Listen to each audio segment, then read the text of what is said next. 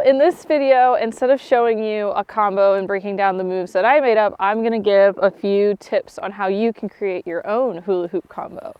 Okay, let's get started. So my name is Samara. I've been doing things with the hula hoop for almost 5 years now. That's pretty crazy. I started in February 2020, and over the years I've had times where I didn't really practice with the hoop or play with the hoop, and times when I was really into it. Even this past year I was hula hooping daily, and so I've learned a lot through that too, and just like habits and how you can be creative with combos. And so here are just some of those tips down. So the first thing I'll say is that as you're learning a new trick, you really want to become comfortable with that trick. So there are a couple different ways that you can practice gaining confidence with that and getting comfortable with a new trick. So what I would do is, like, let's talk about like the Z-spin.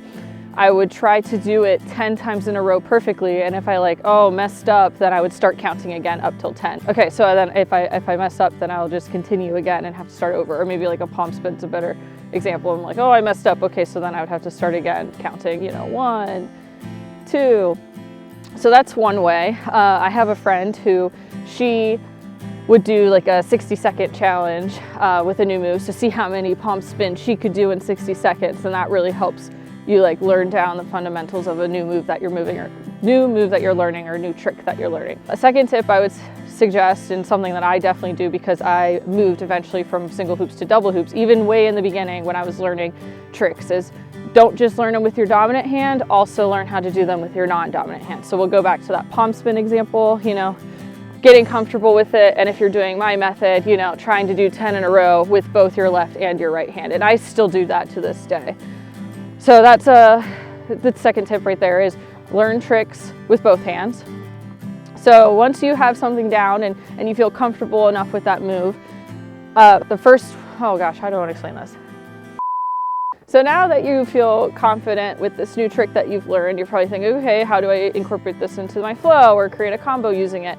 Now there are a few different strategies for this. One is not one that I follow, but is something that I heard, again, through friends. Some other hooper would do this, is they would think of 3 different ways to enter or leave that trick.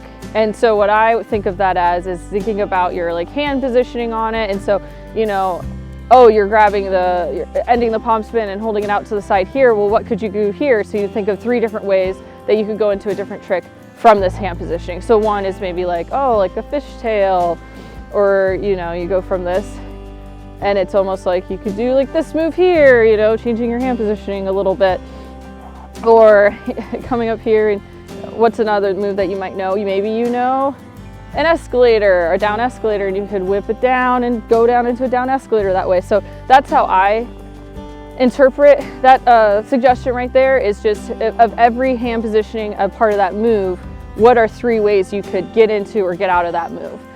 So I guess like up here, I love going into that type of move, but you could also stop it up here and maybe do like a fishtail up in vertical fishtail, or from here, then just kind of like folding the hoop around like this or something. Just, it doesn't have to be super complicated. It could just be, from here, now we bring it back behind our body and like turn this way. Like there's tons of different ways that you could move in and out of any hula hooping trick. And it's just training your brain into thinking about hooping and movement in that way. So that's one method of trying to incorporate new tricks into combos and into your flow. Now the second way that I've found that I prefer is just free flow.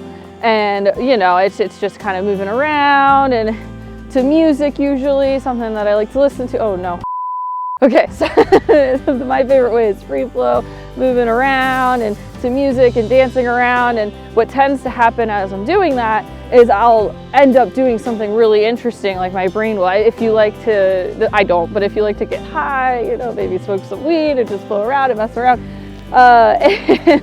and see if it's legal in your state, okay? And if you're of the legal age, maybe do that and just kind of get really relaxed with it, with the new movements, and then try that new move, just working it in there a little bit and see what comes out of that free flow. Now that's how I like to come up with combos and moves and connections, because I just feel like in free flow, I'm just more creative energy and not really so systematic, like what can I do from here? And it is more just like free and woohoo and more natural feeling. And once I do something cool, I'll stop and think about it. Oh, what was that? And then try to do that multiple times to then ingrain it into my mind. Like that's a connection that I like, you know, like let's say we're doing this and then we go into this and I'm like, oh, that was pretty cool. Like let me practice that a little bit more in my free flow session.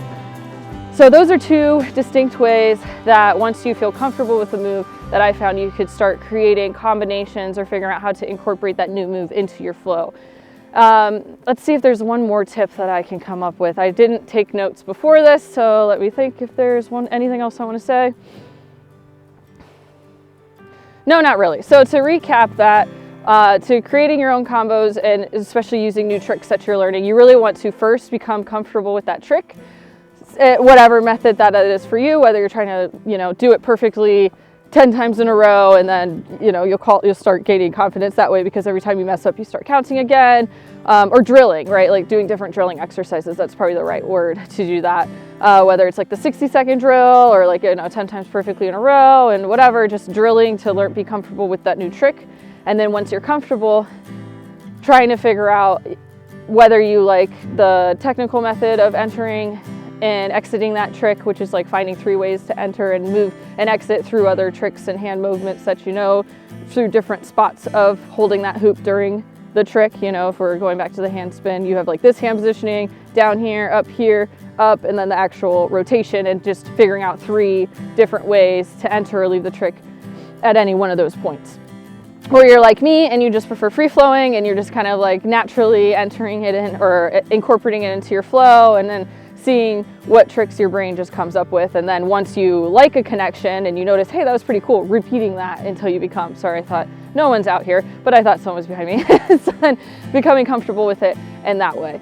Oh, actually I thought of a bonus tip. Something that I like to do as well with certain combos is if I'm doing something with one hand, changing it and then repeating the trick with the other hand, you know, especially if you're creating like performances or something, like that could be interesting where we're doing it over here and then switching and doing that same thing over there. That wasn't that smooth. Oh. Yeah, so those are the tips that I have on creating your own combos and incorporating new tricks into your combos. If you'd like to check out combos that I've come up with and you don't really want to create your own right now, that's great. I will leave those links in the description below. And if you thought this was helpful, let me know in the comments. It's really nice to see, you know, how people are learning and growing and in their flow and everything. And if there's anything else you'd like me to talk about, just let me know. And I'll come outside in cold, cold Alaska and film a vid for you. Woohoo!